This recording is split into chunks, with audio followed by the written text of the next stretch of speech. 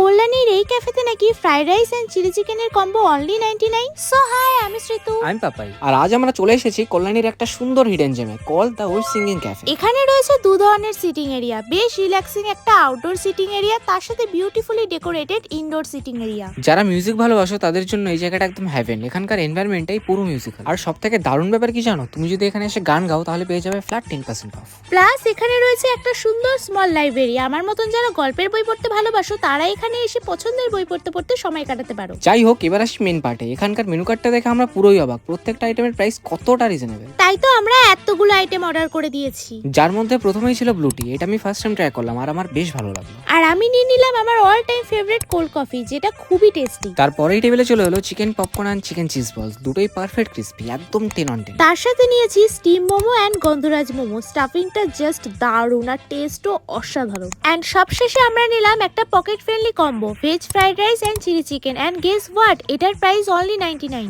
Test and quality এক কথায় outstanding. এত কম দামে ফ্রাইড রাইস আর চিলি চিকেনের কম্বো জাস্ট ভাবা যায় না। দ্য ওয়েব সিঙ্গিং ক্যাফেতে এলে এটা মাস্ট ট্রাই। তাহলে আর দেরি কিসের, নেক্সট আড্ডার প্ল্যানটা এখানেই করা যাক। Save this deal now and share with your music lover and foodie friends. For proper location comment.